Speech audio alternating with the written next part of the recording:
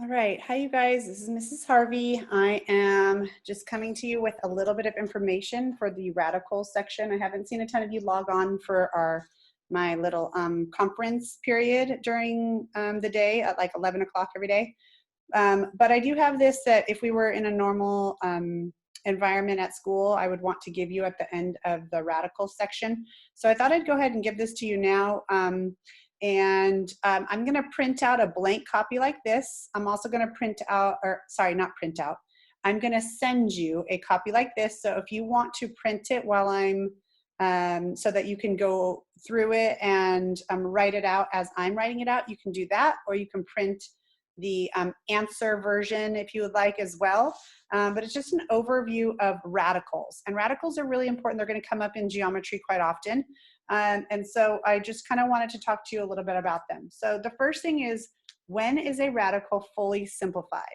Okay, so there's a couple things we have to make sure when we're talking about radicals being fully simplified.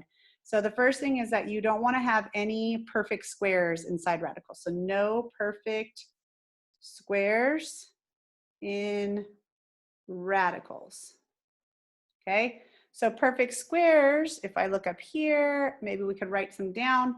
Perfect squares, 1 is a perfect square, which we don't really use much when we're simplifying radicals because it's not going to change anything. Square root of 1 is just 1. Okay, but 4 is a perfect square because square root of 4 is 2. 3 times 3 is 9. 4 times 4 is 16.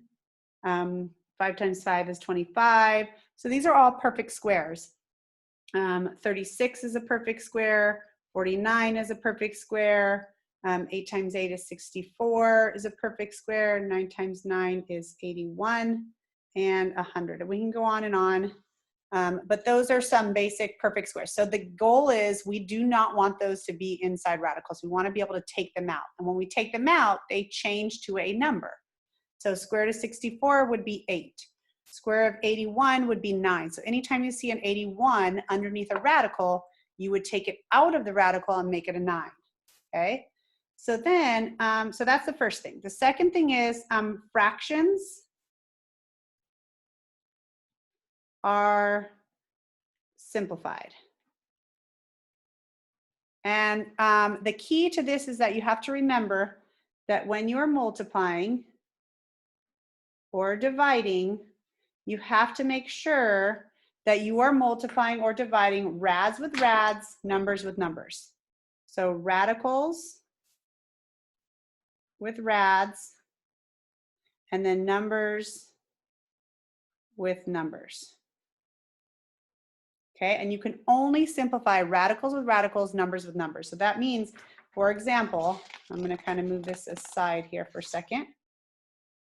If you have a rad 8 and a rad 16, you can simplify those two because they are both radicals. So I can divide out an 8 from both of them, but they're still underneath a radical. Okay, and then this one would be square root of 1 is just 1, but rad 2 would have to stay on a radical. Okay, now we'll get to this in the next step. So the next one to be fully simplified is that you are not allowed to have a radical in the denominator. Okay, so this is going back to this next one.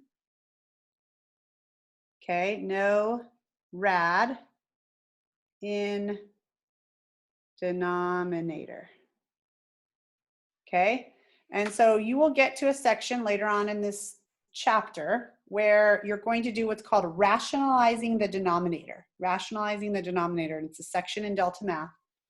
And it's when you have something like this, where you're stuck with a radical in the denominator. So we simplified our rad with our rad. We kept it underneath the radical, but because square root of 1 is 1, we were able to take it out of the radical. Square root of 2 is not a perfect square, and we cannot break it down to get a perfect square. So what we do is we multiply it by itself, because now 2 times 2 gives us 4, square root of 4, and square root of 4 is the number 2 without a radical. So we just multiplied it by itself and got a square root of 4, and now it changes to 2. Well, when we did this, in order to keep this the same, Okay, in order to keep this equal, we don't want to just change the value of it. We have to multiply the top and bottom by the same thing. So that's why I multiplied top and bottom by rad 2. Okay, so my answer here would be rad 2. And it's okay to have a rad in the numerator. Okay, so you'll want to look at this and go, oh, I see 2 and 2 and I can divide it by 2. No, you can't, because this is a rad and this is a number. So this is where this comes into play. You can only multiply or divide rads with rads and numbers with numbers. So if we look at this one here, this is a rad, this is a whole number. You cannot divide these, so it is fully simplified. Okay. All right, so going to just a basic example of simplifying a radical. So let's say you have rad 99. Okay. Well, in order to break that down, we need to look for our perfect squares. So here are our perfect squares. So I'm looking here and I see that 9 is a perfect square and 99 is divisible by 9. So 9 times 11, okay? Now, I can stop here and say that the square root of 9 is 3. So I get to take that out of the radical. But 11 is not a perfect square and you can't break it down anymore. So you leave it inside the radical, okay? So that would be my answer. Sometimes you'll see this broken down even more and you can do 3 and 3 and then go, okay, I have a pair of 3s, and a pair of 3s means that I can take out that pair and write it just once, okay? Because 3 times 3 gives us 9, square root of 9 is 3. So that would be our answer. So what we did here is we wanted to make sure we take out perfect square, and then the second thing is keep non-perfect squares, there might be multiple ones, inside. Okay, so if there was, like, let's say 11 and a 3 that were inside the radical, you would leave them together and you'd multiply them back together. So it'd be 3 times 11, which would give you 33 here. Okay, but there's nothing left over besides the 11, so we just leave the 11. All right, so moving up to adding and subtracting with the same radicals, okay? So 2 rad 3 plus 5 rad 3 is the same thing as if you were doing, so think of it like this. 2x plus 5x gives you 7x. Notice that I didn't change the x's here. So the same thing here, if that's a rad 3 and that's a rad 3, you add them together, so it'd be 7 rad 3. That would be your answer, okay? So you can add with the same radicals, as long as they have the same radicals, okay? So keep rads the same. You're going to add or subtract your coefficients, the numbers in front of the radicals, okay? The next thing you're going to see is the multiplying radicals. Hopefully you've already done these sections so they look familiar, because this is obviously going to be really overwhelming if you're trying to use this as all of the learning that's going on here. So use the video still, but this is just an overview, like a summary of what you've learned in this chapter. So let's say we have rad 24 and rad 32. Okay, you're multiplying them together. So remember, our rule says we can multiply rads with rads and numbers with numbers. Well, that's a rad and this is a rad. So I can multiply these together. But if I multiply these together, it's going to be a really big number. So what I do is I am going to multiply them together, but I'm just going to write them with their factors instead of multiplying them physically all together. So if I do 24, I can do 6 and 4. And 32 is 4 and 8. So because they're all rads, I can put them all underneath here. But what I do is I just keep them as the factors. Okay, and I know I haven't broken them all down yet, but instead of, if I multiplied 24 and 32, I'm going to get a really big number, and I'm going to eventually have to break them down to find my perfect squares. Well, right now, I already see that 4 and 4 multiply together get 16. 16 is a perfect square. So I can take out my pairs of 4s. Okay, and then the next thing I'm going to do is break down 6 to 3 and 2, and 8 to 4 and 2. Okay, well, I see a pair of 2's. Pairs I can take out, and I multiply by whatever I took out already. Okay, well, 4 is also a perfect square. Square root of 4 is 2. So I take it out, and I get rid of the 4. Okay, now the only thing I have left over is this 3. Okay, because remember, I separated the 8 to 4 and 2, so that 8 is gone. I separated the 6 to 3 and 2, so that's gone. So the only thing that's left over is the 3. So now I'm going to multiply this together, and I'm going to get 16 rad 3 as my simplified form. Okay. So what do we do here? We put factors under the rad, and we basically just looked for perfect squares or pairs. So we did pairs of 4s, we took out a pair. Pairs of 2, we took out a 2. Square root of 4 is 2, so that's why we got that 2 there. And then rad 3 is the leftover, this remaining leftover here. Okay, so that is multiplying radicals. The next one, going into adding and subtracting. So adding and subtracting with, this one's a little bit different. This one's different radicals. Okay, so different radicals. So an example would be 2 rad 24 plus 4 rad 54. Okay, so going back up to here, remember our rule says we can add them together as long as they have the same radicals. Okay, well, these don't have the same radicals. They got 24 and 54. So what we're going to do is we're going to break these down to see, can we make them have the same radical? Okay, so I'm going to break this down to 6 and 4. And then square root of 4 is 2. So this 2 is still there. I'm going to take the square root of 4, which is 2.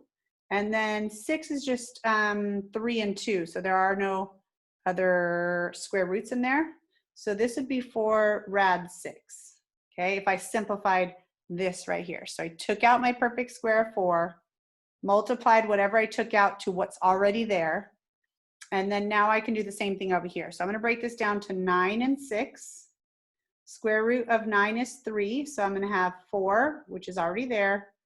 Square root of 9 is 3. And then my leftover is the 6. So this becomes 12. Still have the plus there. 12 rad 6. Okay, so now I've got a rad 6 and a rad 6. So I am allowed to add the 4 and the 12 come together. So 12 plus 4 is 16. And then we still have the rad 6, because remember, we don't want to change that rad 6. Okay, so what do we do here? So the first thing we did, we simplified both rads. And we're trying to get the same radicals. Okay, we tried to get the same radicals, which we ended up getting 6 and 6. Okay, so if same rads, then add or subtract your coefficients, the numbers in front of the rad. Okay, now let's say we ended up with 4 rad 6 over here and 2 rad 5 over here. Well, we wouldn't be able to add those together, so we would be fully simplified in this piece right here. We wouldn't add them together. Okay, so it just depends on if we're allowed to or not. All right, and then the last thing here is dividing radicals. So going back to what we started with in the beginning of this review, if we have something like this, as long as they're both underneath the same radical, or they both have a radical, we are allowed to simplify these two, okay? So in looking at this problem, I see that I can divide both of them by 8. I'm not taking anything out of the radical yet, so I'm just dividing by 8. So I'm going to keep my radical, and the only thing that I'm going to do is I'm going to separate them. So now I've separated them. Well, once I separate them, I see that 4 is a perfect square. So if 4 is a perfect square, square root of 4 is 2, And now I'm left with rad 3. Okay. So the key on when we're looking at radicals as fractions is that we cannot have a radical in the denominator. Okay. And right here we have a rad in the denominator. Okay. So I'm going to put here no rad in denominator. So what we're going to do is we're going to multiply by the denominator. So let me show you what that looks like. So we're going to move this over here. We're going to do 2 over rad 3. Okay. So the only way to get something out of a radical is to have a perfect square. And a perfect square means you have 2 of the same thing. Okay. 2 of the same thing. So if I have a rad 3 here, and if I multiply by another rad 3, I have to do the same top and bottom, I'll end up with rad 9. Well, rad 9 is 3. So let's multiply these together. So again, remember, rads with rads, numbers with numbers. These aren't rads. These are 2 different things. So you just write them together. So it'd be 2 rad 3 over rad 9. And then the only thing I can do to simplify would be to change this to a 3 because rad 9 is 3. You may not simplify these 2 together because one's a rad, one's a number. These 2 I could simplify, but 2 and 3 don't simplify to anything. So we just leave as is. If that were 12, 12 divided by 3 would be 4, but it is not. So we leave it as is. Okay. So hopefully this is a little bit of help for you guys to just kind of see how they all relate.